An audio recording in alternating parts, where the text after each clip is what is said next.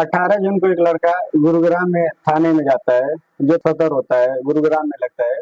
वहां पर जाकर रिपोर्ट लिखवाता है कि उनके उसके पापा जो जिनकी उम्र 45 साल होती है, उनका नाम शिवनाथ होता है, गुमशुदगी का। जब वो रिपोर्ट में लिखवाता है कि वो 14 जून से घर से निकले थे, जिस दिन से निकले थे उसी दिन से उनका मोबाइल फोन स्विच ऑफ बता रहा था, और ये कहकर निकले थे कि वो 2-3 दिन बाद घर वापस आ जाए। तो 2-3 दिन बाद आए नहीं। तो 18 जून को जब थाने जाता है, रिपोर्ट लिखवाता है, पुलिस जांच शुरू कर देती है। शुरुआत में कुछ पता चलता नहीं है, क्योंकि उस शिवनाथ का किसी से कोई दुश्मनी नहीं थी, ना किसी से डर था, तो ना कोई क्रिमिनल रिकॉर्ड था। पुलिस उसके नंबर से उसका सीडीआर और लोकेशन निकालती है।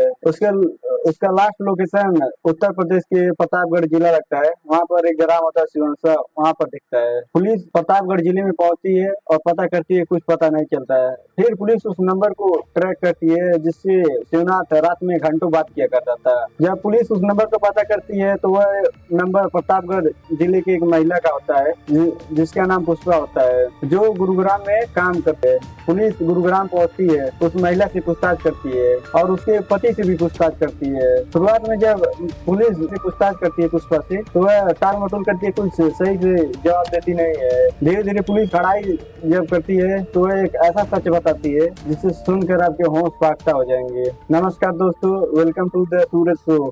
शिवनाथ का कत्ल हो चुका था। ये पुष्पा और उसकी सहेली पूनम और पूनम का पति चिंतामणि और पुष्पा का पति विनोद मिलकर ये तीनों शिवनाथ का कत्ल कर दिए थे। पुलिस इसे उसके लाश का ठिकाना पूछती है।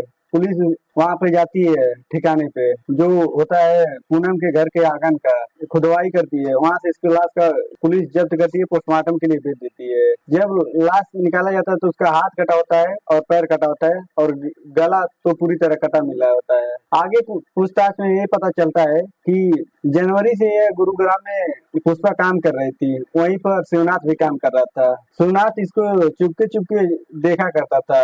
एक दिन हिम्मत करके यह पुष्पा को अपने दिल की बात बता देता है, और पुष्पा शादीशुदा होते हुए भी इसे इनकार नहीं कर पाती है। फिर इन दोनों का अफेयर चालू हो जाता है। ये काम के बाद हमेशा घंटों बात किया करते थे और बाहर जाया करते थे घूमने। कुछ दिनों बाद पुष्पा के पति विनोद के इनके अफेयर के बारे में पता चल जाता है। ये अपनी पत्नी को खूब समझाता भी है। आखिर इसकी पत्नी को समझाता है और इसकी पत्नी समझ भी जाती है। पत्नी इसके बाद पत्नी शिवनाथ से दूरी बनाने लगती है। शिवनाथ को जब इसका यह व्यवहार दिखता है तो वह समझ नहीं पाता है। हालांकि शिवनाथ हमेशा उसे बातचीत करने के लिए परेशान करता था और बातचीत करने के लिए कोशिश करता था। पुष्पा इससे दूरी बनाए रखने की कोशिश करती थी। मई जून के महीने में पुष्पा को ये शादी अटेंड करने के लिए अपने गांव सुवंसा आ जाती है और ये शादी अटेंड कर रही थी। उसी दौरान शिवनाथ इसे बार बार फिर परेशान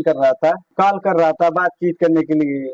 कभी रिश्तेदारों के बीच में, कभी दोस्तों के बीच में उसका कॉल देखती थी तो उसे बहुत और शर्मिंदा फील हो रही थी। इसे समझ में आ गया था कि इसको कुछ करना ही पड़ेगा, इसे रास्ते से हटाना ही पड़ेगा। पुष्पा उससे बात करती है और उसे 14 जून से बात करती है और कहती है कि तुम यहाँ आ जाओ हमारे गाँव। पुष्पा उसे बुलाती है और शिवनाथ 14 जून से ही वहाँ से अपने गांव से निकल लेता है पुष्पा के गांव के लिए। वह 16 जून को उसके गांव पहुंच जाता है सुवंसा में। फिर जब पुष्पा के गांव पहुंचता है तो पुष्पा उसे अपने सहेली के घर रोकती है और उसे वहीं रात सोने के लिए कहती है। पूरा व्यवस्था पूरा कर देती है। और इधर ही पुष्पा और उसकी सहेली पूनम और उसका पति चिंतामणि और पुष्पा का पति विनोद इसका खात्मा करने के लिए प्लान बनाते हैं। रात के अंधेरे में जब ये पूनम के घर शिवनाथ सोया रहता है, पुष्पा रात के अंधेरे में मिलने जाती है इसे, और उसे मिलने के बहाने चाकू से उसका गला काट देती है।